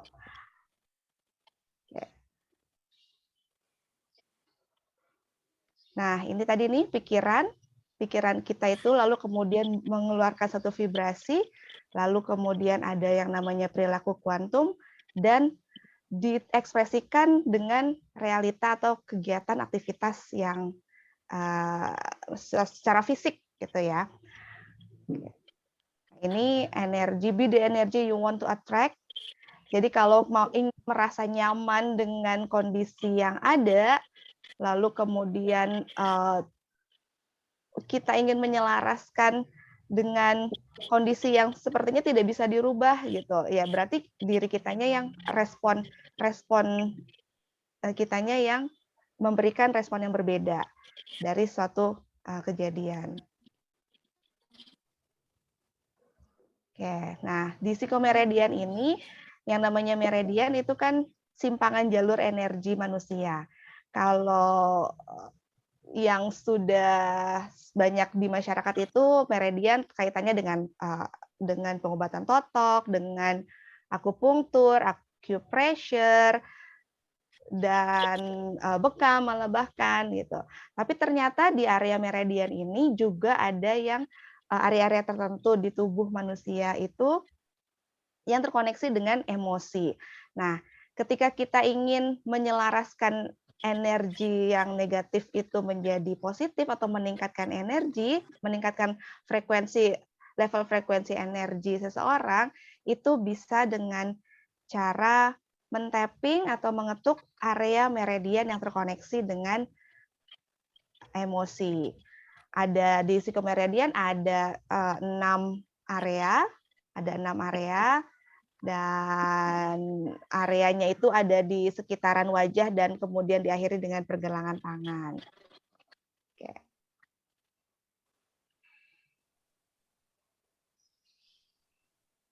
Yes. Dan sebelum kita men-tapping area meridian tadi, ada 5M ini nih, dari semangat psikomeridian itu ada 5M. Pertama, mengidentifikasi dulu. Kita bertanya dulu kepada diri kita tuh merasa nggak nyamannya di mana? Misalkan kita sebagai misalkan sebagai pegawai gitu ya, sebagai divisi keuangan yang di situ ada pekerjaan banyak, terus juga atau mungkin perubahan sistem dan lain sebagainya. Itu diidentifikasi dulu. Merasa apa nih? Merasa takutkah? Merasa overwhelmed-kah? Merasa deadline-nya terlalu cepatkah atau apa? Itu diidentifikasi terlebih dahulu, lalu kemudian diakui perasaan cemasnya itu, perasaan takutnya, perasaan tertekannya itu diakui untuk kemudian diterima, kita terima diri kita apa adanya, dan kita lepaskan. Kita memohon kepada Allah untuk melepaskan perasaan negatifnya ini, perasaan takut perubahannya ini, perasaan tidak nyamannya itu dilepaskan, lalu kemudian kita mendoakan diri kita sendiri. Kita mendoakan diri kita agar kita bisa nyaman bekerja dengan sistem yang baru, dengan pimpinan yang baru, dengan segala macam tugas-tugas yang baru gitu. Kita mendoakan diri kita. Nah, jadi ingat saja di 5M ini. Nah, ini tadi sempat tersebutkan ada mental block ya, ada mental block. Jadi sebetulnya potensinya ada, skill-nya ada, kok tapi tidak bisa maksimal nih performanya gitu, nggak perform gitu istilahnya ya. Bisa jadi ada mental block. Cara simpelnya kita menghilangkan mental block dengan mengajukan 5 pertanyaan ini terlebih dahulu. Ajukan ke 5 pertanyaan ini terlebih dahulu. Apa yang saya rasakan saat ini? Oh, saya saya misalkan saya usianya sudah 50 tahun gitu, enggak bisa dengan teknologi, dengan penggunaan teknologi gitu. Jadinya ya saya merasa gaptek, saya merasa pusing untuk belajar lagi, untuk upgrade ilmu, atau ketika teman-teman milenial merasa bahwa butuh cuti gitu karena ngerasa overwhelmed, merasa banyak tekanan, banyak tugas gitu. Akui aja dulu apa yang dirasa. Terus apa penyebabnya? Sebutkan penyebabnya apa. Lalu tanyakan juga, apa menguntungkan bila dipertahankan? Menguntungkan nggak jika perasaan overwhelmed ini dipertahankan, perasaan takut akan perubahan ini dipertahankan, sedangkan dunia itu kan berubah terus ya, selalu berubah, tidak ada yang tidak berubah gitu. Tanyakan pertanyaan itu pada diri. Lalu maukah melepaskan? Mau nggak melepaskan perasaan takut ini, takut perubahan ini? Dan kapan? Untuk pertanyaan nomor 5 sebaiknya dijawabnya sekarang, saat ini juga. Karena memang itu adalah satu keputusan, dimulai dari satu keputusan bahwa kita ingin melepaskan semua emosi-emosi negatifnya. Oke, dimulai dari 5 pertanyaan ini, lalu kemudian lakukan yang 5M berikutnya, yang 4M berikutnya, mengakui, menerima, melepaskan, dan mendoakan, lalu di tapping atau diketuk area meridian yang terkoneksi dengan emosi. Ini ada 6 area ya, ada di alis bagian dalam, kita tapping saja pakai jari, 2 jari, boleh. Alis bagian dalam, alis bagian luar, lalu bawah mata, tulang bawah mata, lalu ujung tulang leher dalam, ujung tulang leher, lalu pergelangan tangan dalam, pergelangan tangan luar. Sambil kita mencurahkan apa yang jadi mental block kita, emosi-emosi negatif yang kita rasakan, itu kita sambil ucapkan, sambil kita menyebutkan, mengakui, menerima, melepaskan, lalu mendoakan. Itu kita lakukan terus berulang-ulang. Sampai kita merasa sudah lebih rilis, sampai sudah lebih ringan, dada kita yang tadinya sesek sudah tidak sesek lagi, yang tadinya kita merasa marah sudah berkurang marahnya gitu. Oke, saya rasa itu penjelasan tentang psikomeridiannya Pak Andi dan Bapak Ibu semua. Insya Allah ini bisa jadi salah satu teknik untuk menyelaraskan emosi negatif yang dirasa agar kembali meningkat levelnya menjadi emosi yang lebih positif. Sehingga dimanapun berada, apapun tugas yang diberikan, perubahan apapun yang sedang terjadi itu bisa diterima dan akhirnya bisa memberikan performa yang terbaik. Oke. Yes, Pak Herudin sudah kita lihat.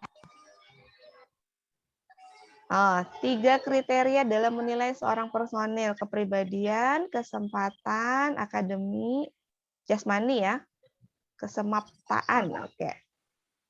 Jadi referensi ya Pak Andi. Oh bisa, oke. Jadi tergantung juga dari institusinya. Ini kalau mungkin di ABRI itu ada beberapa hal yang perlu ditonjolkan. Tapi kalau di perusahaan swasta yang kira-kira berorientasi sales dan marketing itu biasanya 3 komponen itu Bapak yang diutamakan, yaitu skill, attitude, dan knowledge. Yes. Nah, etika itu sebagai prasyarat. Kalau di tempat saya bekerja, permintaan dari owner itu etika itu yang utama. Jadi kalau dia sudah punya etika, nggak akan dinilai skill, attitude, knowledge-nya, ya artinya nggak bisa masuk, sudah nggak masuk kriteria. Jadi tergantung dari culture perusahaannya, kira-kira yang diinginkan itu apa? Itu begitu Pak Hairudin. Jadi tergantung dari mungkin dari visi, dari budaya organisasinya juga, seperti itu ya Pak Andi ya. Betul. Jadi kalau misalnya ada perusahaan, ada organisasi itu organisasi pendidikan ya. di mana inti daripada organisasi itu adalah para dosen. Maka kompetensinya yang dinilai itu adalah juga tentunya lebih menonjolkan ke knowledge. Ke knowledge-nya itu. Nah, skill-nya itu adalah apa? Skill-nya adalah cara mengajar. Gitu kan. Nah, attitude-nya bagaimana? Attitude-nya adalah bagaimana dia terhadap profesinya itu. Dosen itu harus bagaimana sih terhadap student ya. Jadi itu adalah attitude. Itu adalah attitude. Nah, sekarang kan yang lagi ribut ini kan MBA ITB nya. Kan saya juga dari sana ya. Nah, sekarang lagi ribut ini. Cuman saya nggak ngikutin pokok permasalahannya ada di mana. Seperti itu. Itu Pak Hairudin. Baik, Bapak Ibu. Siap. Terima kasih. Terima kasih Pak Hairudin. Ada pertanyaan kembali? Mumpung masih ada Pak Andinya dan kita masih ada waktu sekitar 5 menit lagi ya nih. Sudah cukup? Oke, nanti bisa ini ya Pak Andi ya, bisa Izin, konsultasi ya. Pak, iya. Ingin menambahkan aja. Iya, ini suaranya yang kurang jelas, Bapak. Iya, kurang nggak tahu sinyal kali ya. Iya. Karena memang mendung. Ya, saya masih punya hutang sama Pak Hairudin di masalah proposal. Yang ditunggu. Ya, itu. Nah, itu Kemarin masih persiapan RUPS. Agak rut. Tapi alhamdulillah nih di tengah kesibukannya Pak Andi masih berkenan sharing ke kita semua di iTalk. Masya Allah, jazakallah. Hobi sih Bu ya itu ya. Luar biasa. Baik, Pak Hairudin, mohon maaf suaranya Pak Hairudin terputus-putus, jadi kurang jelas kita menangkapnya. Iya. Mungkin Pak Andi boleh closing statement terakhir sebelum kita tutup acara kita pagi hari ini. Baik, Bapak dan Ibu sekalian, zaman itu terus berubah. Tidak bisa dihentikan. Nah, cuman bagaimana respon kita?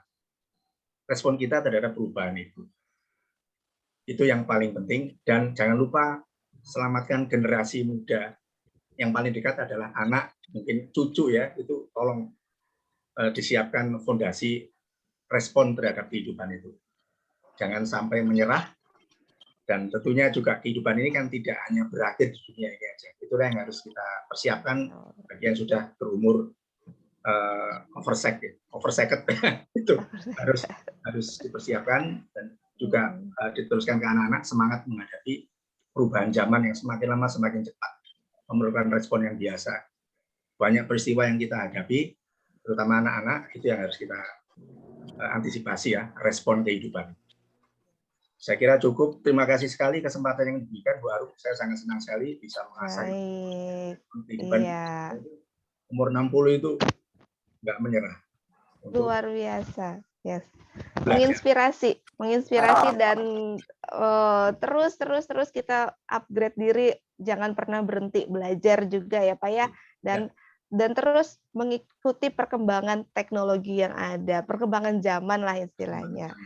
Anak milenial atau teman-teman generasi milenial, apalagi yang sekarang ke generasi Z, itu tetap membutuhkan yang apa ya, istilahnya generasi kolonial ya, baby boomers itu tetap dibutuhkan karena teman-teman yang generasi milenial ini inginnya cepat, instan dan lain sebagainya, cepat. Apalagi yang generasi Z sekarang nih.